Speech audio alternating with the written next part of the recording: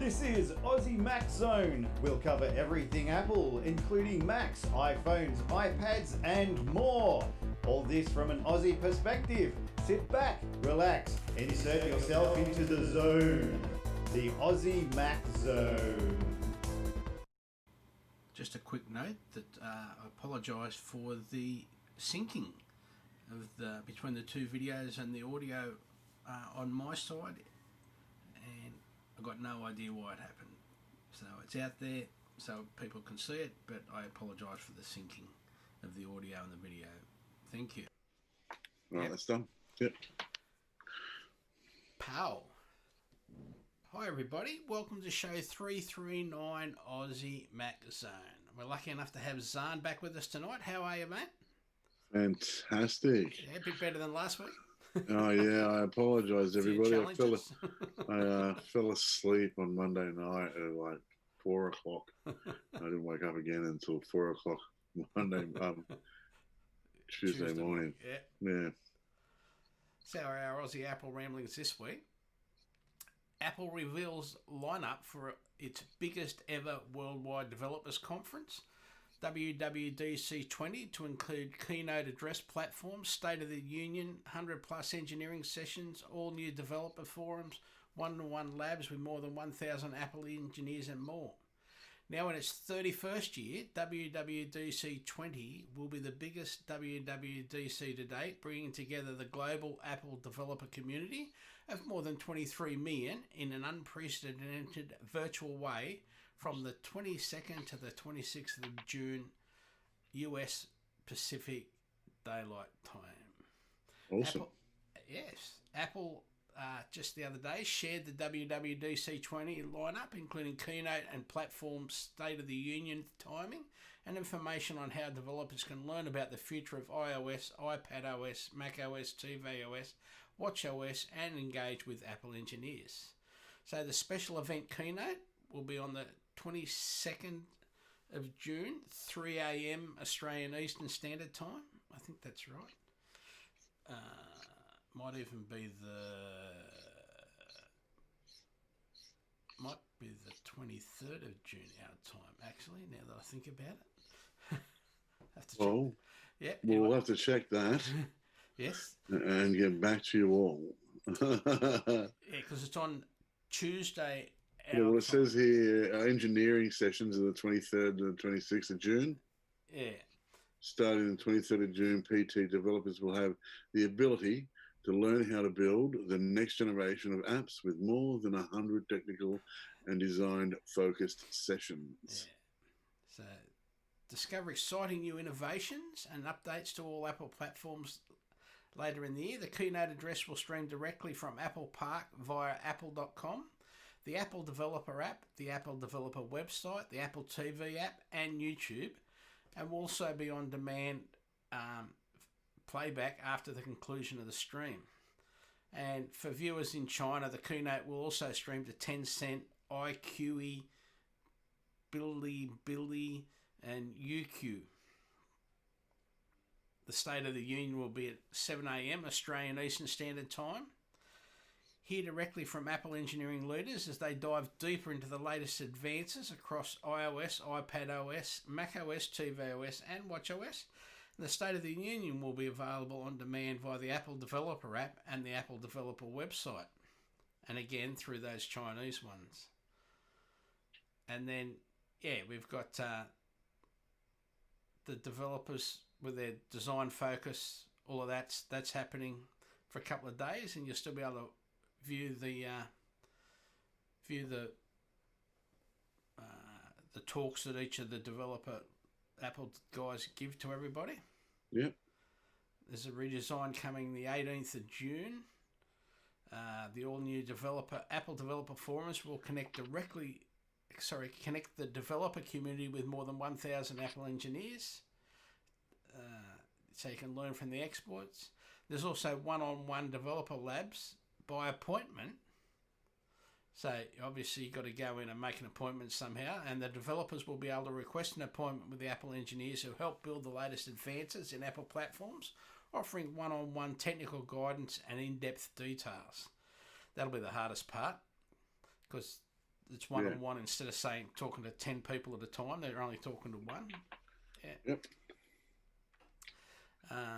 So developers are encouraged to download the Apple Developer app, where additional WWDC 20 information will be shared ahead of the 22nd June. That's US Pacific Daylight Time. Now, what about Story 2, which I've got a pick for? Story 2. Yeah, this is really cool, Story 2.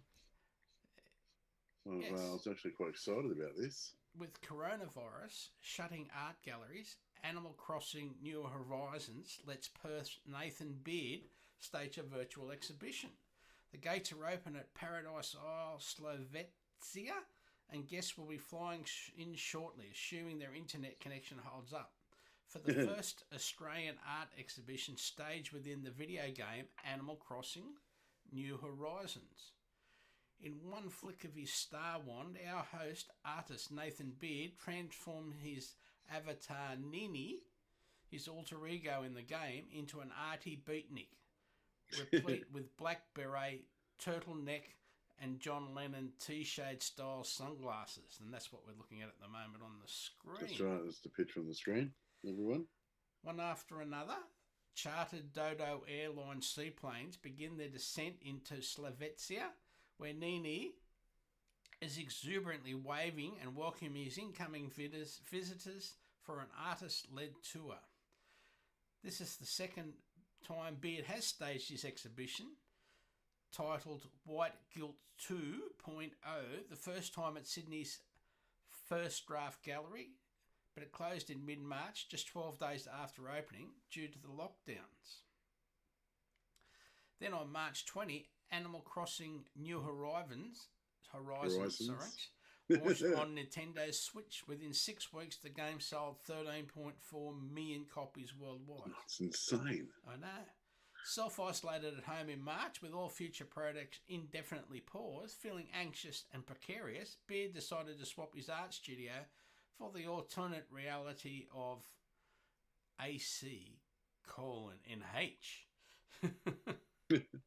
This month, as national collecting institutions open their doors, Beard will instead be guiding groups of up to 6 Animal Crossing players at a time, with narration via Zoom, around the virtual world where it has recreated White Guilt 2.0 as White Guilt 2.5. So to learn more, there's a link to the abc.net.au news page.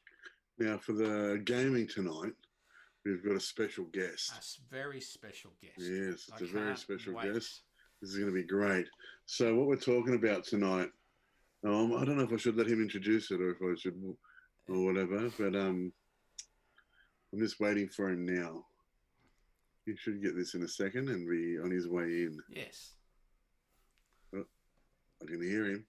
Because there's a slight delay in the Facebook, so he hasn't got that's why there is a little delay here while we're waiting for him, for our guest to come in. This is pretty special. Yeah, back on that. All right. Who is it? Who is it? Oh! And he's well dressed. There we go. There we go. Say hi, everyone. Hi, everyone. You don't have to talk like that. Just look straight up there. See? Hi, everyone. So we're talking about Fledgling Heroes. Such a great game for beginner gamers. We've been playing it over the weekend, haven't we? Mhm. And what did we do? I have bunnies. Yeah, we saved some bunnies, yeah. And what else did we do? And we actually got a new character. Oh, we new did. character, yeah. A new character. He was a penguin, wasn't he? Yeah. Yeah. And what was the really cool part is we got to build our own Level. That's right. We got to build our own level. Wow, That's right. And so Fledgling Heroes is such a great beginner game. It really is. I have my 5-year-old. This is him. So I'm Mason. I'm Mason. I don't really know I'm Mason. Hello, Mr. Mason. And we played over the weekend. I couldn't believe how kid-friendly the game was. All the instructions were really simple and talked through. We don't need to say that, it's all right. And they showed you, like, gave you an example before playing. They showed you what you had to do, and then you got to give it a try, didn't you? Mm-hmm. And then once we got through 5 levels, we got to build our own level, didn't we? It was.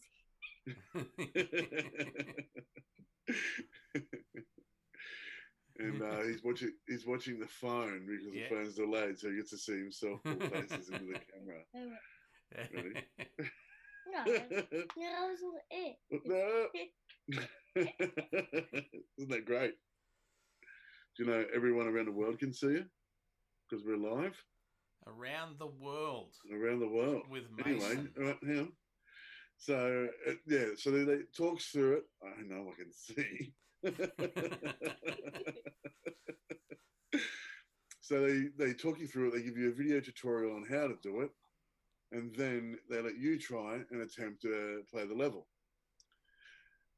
Now, once you've done that, and like it's so easy. They show you everything you have to do. They tell you what button to press, and then you do it. And you get through about 5 levels, and that's when they teach you the code. So now they're explaining to you how to place a coin. They're explaining to you how to place a barrel. They're explaining to you how to place a feather that you have to collect. Yeah. And all that sort of stuff. Yeah. And so you collect the feather, did you, Mason? And I got baby shark cookies. Oh, wow. Yeah. Don't touch that, please. And what else did we do? Did you headbutt a shark? I got headbutted by a shark. By a shark. Headbutt by a shark. And what else did we do? And I have my medicine. It's because I got leg growing pain. And then I get to drink water. All right, so we're talking about the game. Wait, what? I know, I can see. No, I mean, will I drink water? I know. Okay. So what else did you do in the game? In the game. And then I started speaking this little microphone. That's not that part of the game. Look here, I'll show you something really cool. Yeah. Hello, Hi, Mr. Mason. How are you? Good. Oh. What did you do in the game? All right. Anyway, yeah, so wait, is he going to tell me what he did in the game? We're going to say, yeah. So, what did you do? You built a level. Yeah. And then you became the penguin. Yeah. You became the penguin. Well, his character did. Yeah. And then I went to and then this morning I went on my iPad. All right. Did you have fun? Did you have fun? Yeah.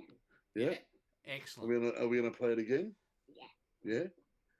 How many apples out of 5 would you give it? 10. 10 apples out of 5.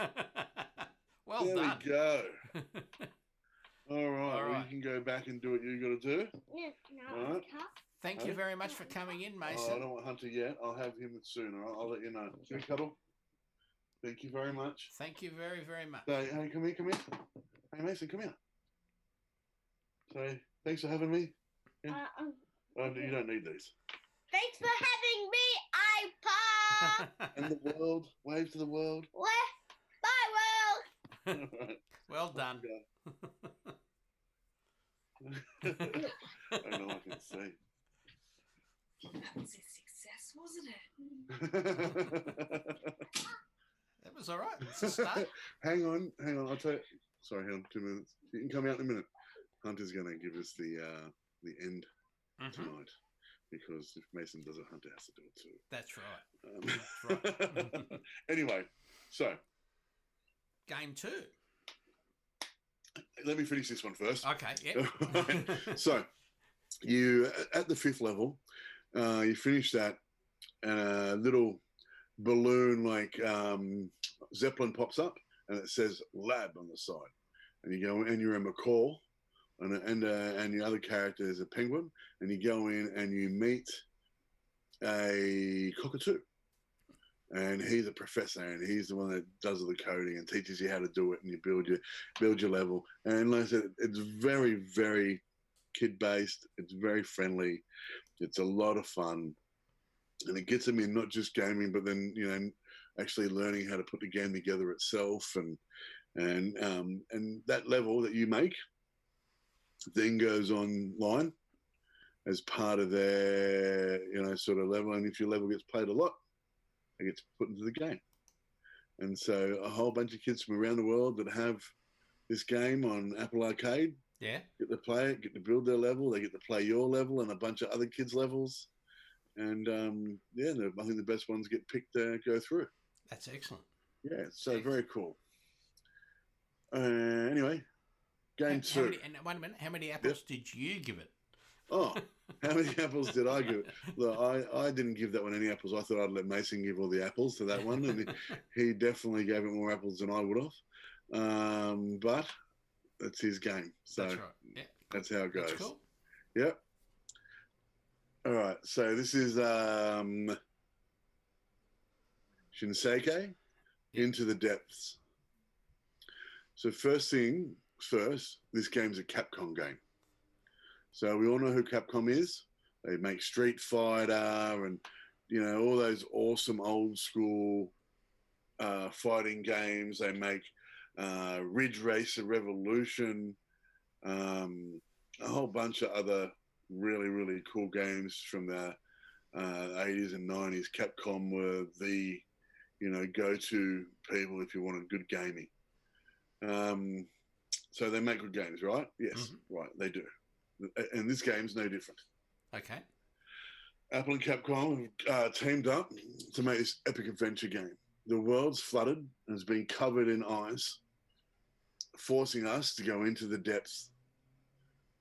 You have to search around for minerals and air, tools, and any sorts of upgrades you can make to help while you go deeper and deeper into the abyss. I'm enjoying playing this game. I love it. I love Capcom. Like I've always been a big fan of Capcom. They've got Capcom versus Marvel, Street Fighter versus Marvel. They've got Street Fighter versus Capcom. They've got all their Japanese Street Fighter style games, all in the one. And this is no exception. It's just phenomenal. Like the graphics are great. There's underwater creatures. The ice is continuously chasing you while you're trying to find what you need to go deeper and deeper into the water. And in this really cool futuristic diving suit. I'm hoping I'm only not even a quarter way through, but it's just so interesting and so much fun, and so I'm hoping that there's a lot more to get through it. I can't wait to see what more I get to do.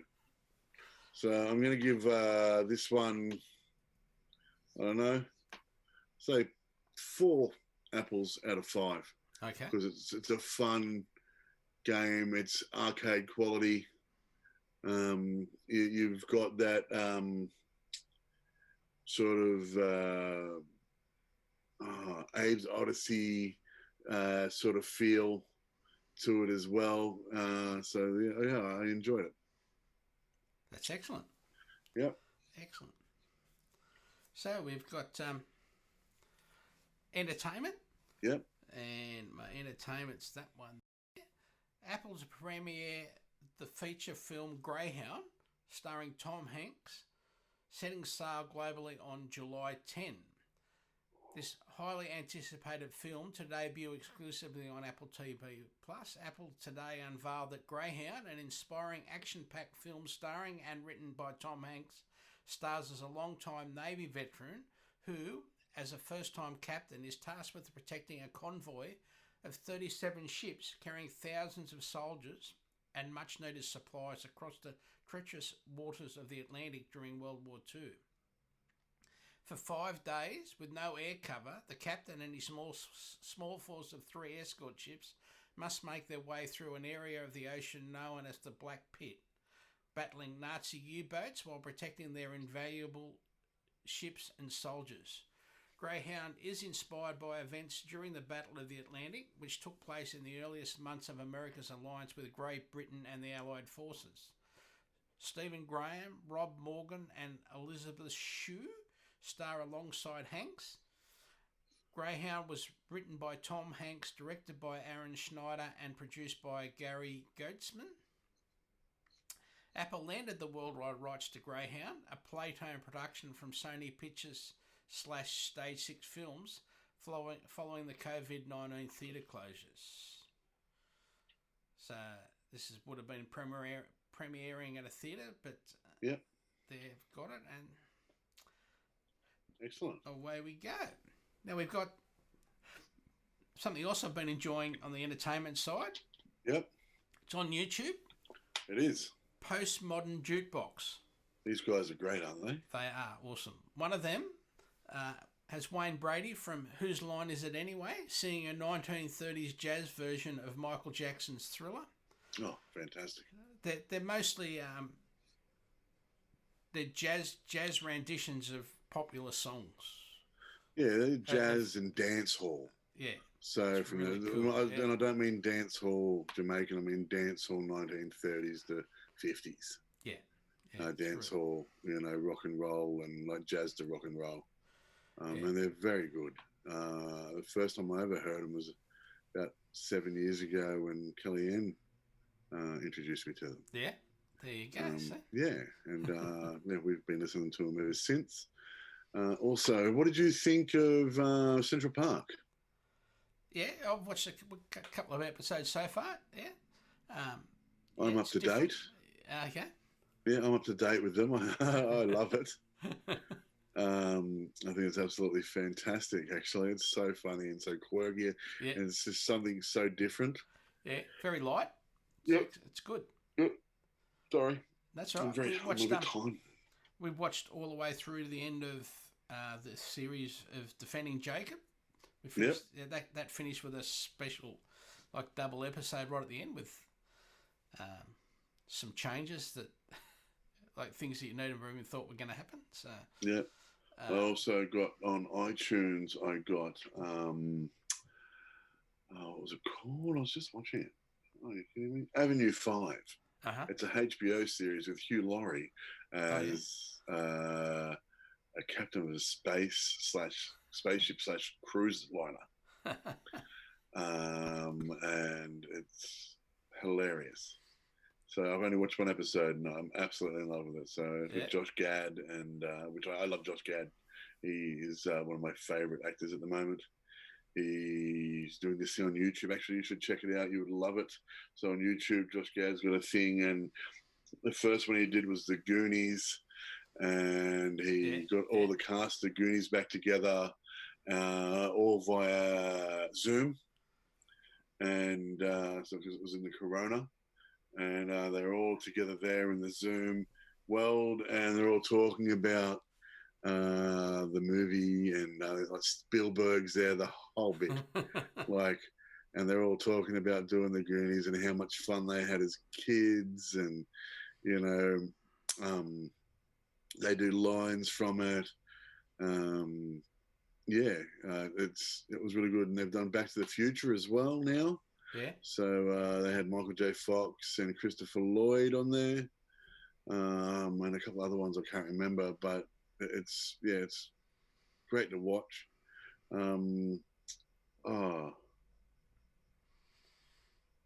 I just can't remember what it's called. I could look it up, I guess. Hang on a second, I'll see if I can quickly look it there's up. another thing on YouTube I started watching tonight. Yeah. Is a magician called Chris Hannibal. Yep. You start off by watching the second oldest trick, sleight of hand, and then that's 2 copper cups and moving balls between them, and brilliant, absolutely brilliant. And then he's got ones where he does card tricks, and just cool. Awesome, really, really clever man. I love that sort of stuff. I love magic, so magic's great. This one's great. There's one on YouTube. not YouTube, on Netflix. He's a magician. I can't remember his name now. Yeah. For the life of me, but he's really good as well. Yeah. Well, he says he talks about this is his favourite joke of all time, and it's a card trick, and he gets two girls up, and they count out cards, and then they've got to put the cards into their breast. Yeah. But then he gets them to put 10 cards in here and 10 cards in here, and then they count out, and then they've got 7 cards and 13 cards without doing anything. He says it's his favourite trick of all time. All right, so I found it, and it's called Reunited Apart. Uh-huh. And so they've done Ghostbusters, Lord of the Rings, Goonies, Back to the Future. That's all I can find. Okay. So I think it's basically the 80s movies that he must and Lord of the Rings, but most of the 80s movies he loved when he was a kid. Mm-hmm. So Reunited Apart, Josh Gad, YouTube. All right. Very cool. So how to recover your pages, numbers, or Keynote document password. Mac911 from Macworld. For extra security, you can set a password for a pages, numbers, or Keynote document in Mac OS. With the file open, choose File, Set Password. But what if you forget your password? This is common if you have a Mac with Touch ID and rely on your finger to bypass entering whatever secret you set. The app stores the password in your Mac's keychain for later reference. If you either forget the password or shift the document to a computer without Touch ID, you recover your password from your keychain. So we open Applications, Utilities, Keychain Access. Search for the document's name. You can also look for its entry in the list. It'll be labelled as an iWork document password, because that's iWork was the original name of the productivity suite. Yep. Double click the entry. Check the Show Password box. When prompted, enter your account password. This reveals the password in the Show Password field. You can copy that or keep it in eyesight as you change or remove the password in your document. A couple of providers has but about using a password. If you haven't stored the password in your keychain, you can't recover it. If you transfer the document to another computer without migrating the keychain and you don't remember the password and no longer have access to the first Mac, you still can't recover it because you can't see the password. That's why you've got to remember what your passwords are. So, yes. But that's a good start, how to remember those passwords. Yeah, cool. Yeah. Now, again, I've been enjoying Forgotten Australia podcast. Yeah. It's awesome. Yeah. There's Sunday, was this one that says Sunday nights on ABC? Yeah. News had a feature about some school kids that have created a podcast called Grow Your Mind. The Grow Your Mind podcast, brain-boggling facts, animals on walkie-talkies, and how broccoli and friendship have more in common than you think. That's right. Hosted by an entertaining class of year 12-year-old students. 12-year-old students, yes. I thought it said, for a minute, I read it backwards and it said year 12. That's right. And then it was 12-year-old students. That's awesome. Yep. Grow Your Mind podcast uses storytelling, interviews, and humor to increase children's understanding of their mental health and ways to be resilient. So download free episodes, themed, coloring in sheets, and relax while you listen to topics exploring gratitude, healthy friendships, courage, benefit mindset, the importance of movement, and hope. Yeah. This is fantastic. I love this. I'm definitely going to download this. Yeah. You sit there and talk about it with your kids. Yeah. Yeah, exactly. And, my class would love this. I've got a year 7 class that would this is right up their alley. Yeah. And I think they would just, they would absolutely love that sort of stuff. And I think a lot of them could utilize some of the stuff as well.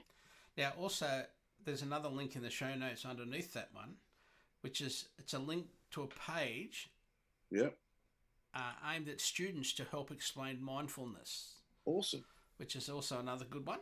That's again from, pardon me, education.abc.net. Yeah. So what about now? Apple announces iTunes U and iBooks Author will be discontinued. What's that? iTunes U, which is like a unit, stands for university, but it's a learning one. And iBooks Author, which is the way to make books that have got film clips and stuff in them, like interactive type books. So Mac Stories reports last week through 2 new support pages that have been posted on Apple's website. The company announced that iTunes U would discontinued at the end of 2021 and iBooks Author will become unavailable much sooner on July 1st, 2020. Huh. They basically want you to start using pages instead of pages instead of that's right. So you'll use pages instead. It obviously can do all the same stuff in pages. Nearly all of it, and because we've got the developer conference next week, they might say, well, we've moved all of that stuff to pages anyway. Yeah, that's right. Or this is bits that no one was ever using. That's what I was about to say. Like they might be like, guess what? Pages is, and boom, and then they'll just say, look, pages is the way to go. And they do that all the time. I love these developer conferences because they always like pull some sort of magical thing out of their hat, and you're like, oh, awesome. So that's right. So while both announcements are noteworthy since they concern software with long histories, signs of these moves has been visible for years. iTunes U has received minimal investment of late as Apple has redirected resources to its classroom and schoolwork platforms, and iBooks Author similarly has grown stagnant as many of its features have been made their way to Pages updates. Apple is recommending that publishers of iTunes U content move their content over to podcasts or Apple Books as appropriate. Yep. Private content, on the other hand, is better suited for moving to schoolwork. Yep. So, more things happening. Now, what about... How about this one? Yeah. 12 things I learned by switching from my $1,400 Galaxy S20 Ultra to my $399 iPhone SE. Yes. PC World explains it's been a long time since I used a phone with a 4.8-inch screen and a home button for more than a few minutes. But when the iPhone SE arrived on my doorstep last month, I popped the SIM out of the Galaxy S20 Ultra and stepped back to 2016. Yeah. Don't worry about the update bit. Keep going. Yeah. After the initial shock, which was initially like I leaped from a luxury car to a motor scooter, I settled in and immediately began to learn some important things about Android versus iOS. I knew the camera would be way better on the Galaxy S20 Ultra, so you wouldn't find any, shootouts here. But such a drastic switch made the two phones' strengths and weaknesses crystal clear, and in some cases, painfully so. Size doesn't really matter. Over the past, however many years, we've come to, what's an awesome word? Equate bigger with better. And if that was the case, I'd be awesome. Talking about my size and,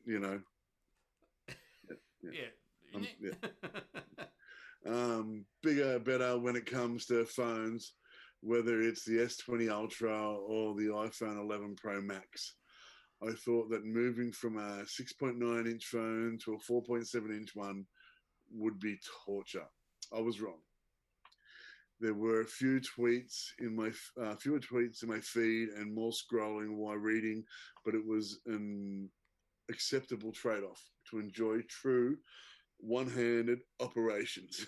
The That's SE has shown me that it's really not so bad to go back to a sub 6-inch display, especially with such a reasonable price. When I picked up the S20 Ultra now, it feels comically large and heavy. Apps on Android are simply inferior. Size might not matter, but speed does. As I do with every new phone, the first thing I do on the iPhone SE was install a dozen or so apps that I use on a regular basis. Slack, Ring, Twitter, Chrome, and a handful of others. While they're all essentially the same on both platforms, the user experience on iOS is across the board better. Even if you don't use Apple's apps on iOS are faster, menus are smarter, and navigation is so more intuitive on iOS, even with some of Google's own apps. I might be gaining a lot more screen with the S20 Ultra, but there's little point when the apps don't know what to do. The apps don't know what to do with it. With that extra screen space. Yeah, the extra screen. Yeah, And always on. Yep, go. Yeah, and an always on display is a necessity in 2020. Apple doesn't even offer an always on display option for its OLED phones, so I wasn't surprised that the LCD based iPhone SE doesn't have one. But man, do I miss it. It's most glaring when I want to check time in the middle of the night, but it's equally annoying at work when I glance over to see a blank screen a few seconds too late after a notification appears. Yeah. Now also the right haptics make everything better. On the iPhone SE, they're an extension of the hardware and a subtle blending of the physical and digital worlds. Roll your eyes all you want, but the haptics and haptic touch on the SE elevate the system in a way Android phones just don't. Go for it. The SE, the phone SE's awesome speed is more than the chip. The iPhone SE is getting a lot of praise for its speed, and it's rightfully so. It's as fast as the 11 Pro and faster than the fastest Android phones. But the phone speed is more than benchmarks. Even when you're not using the app, iOS is smarter, quicker, and more intuitive than Android. Need to fill in a password?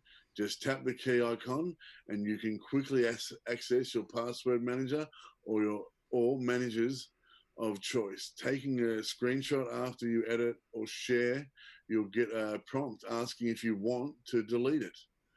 Want to silence your phone? Flip the switch. On the side, yes, you can.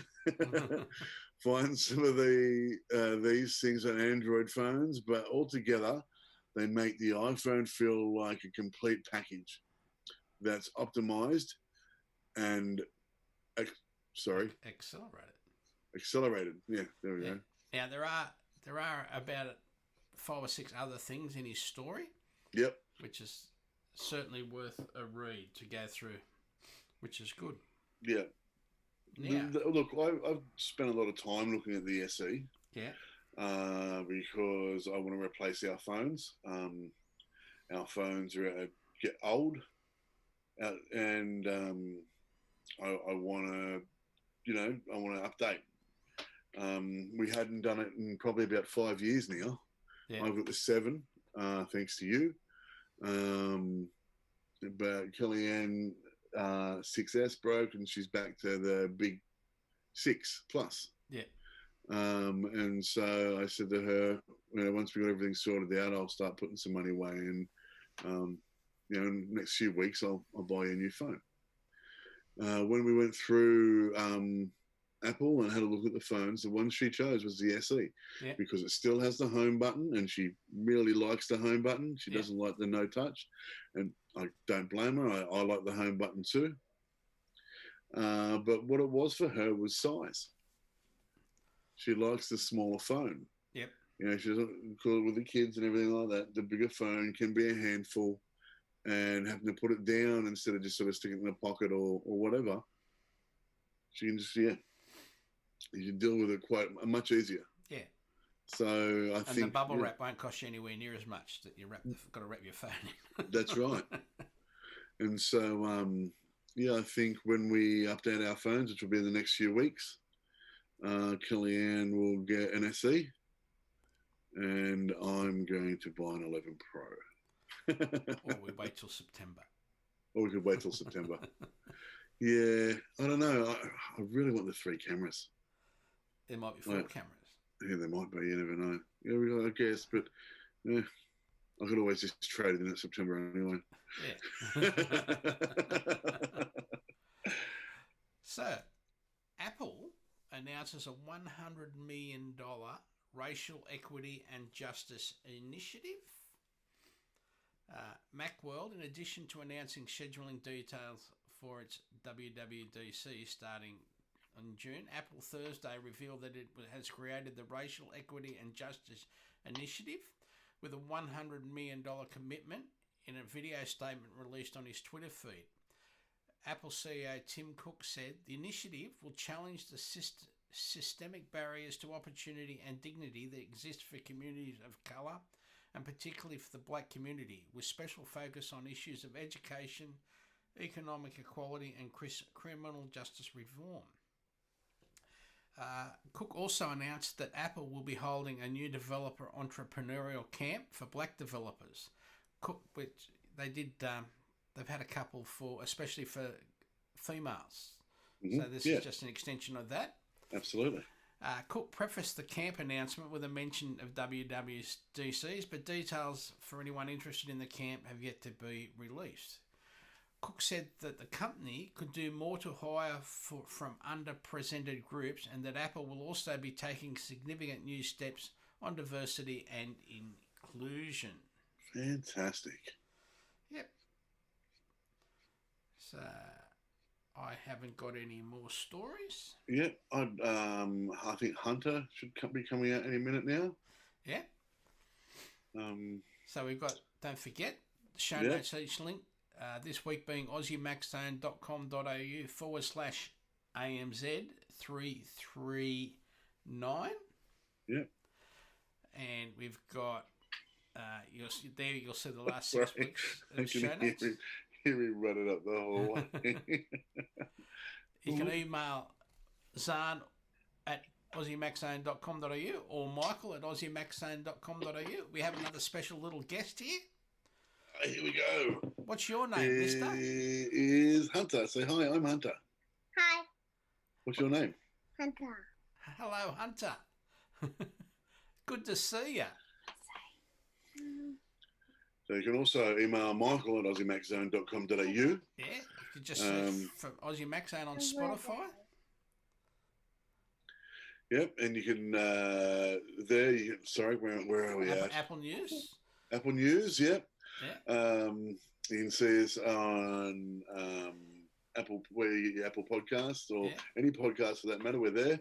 We're on YouTube. On Apple News this week, just on the weekend. So. Yep. So there we go. We're on YouTube. We're not doing that.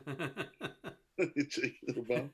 And thanks to our supporters, you our listeners. Most importantly, yes. Yep. Now, what's Hunter there for? And what do we say, Hunter? Don't know. We say an apple a day. Oh, you don't want to? Are you all shy now? You're not shy? You going to say it or not? You want me to say it? All right, you ready? You look and wave. Wave. You wave for me. Say bye. Say an apple a day keeps the androids away. Yeah. See you later. Bye. Thank you. Mate. There we go. There we go. Thanks for your help.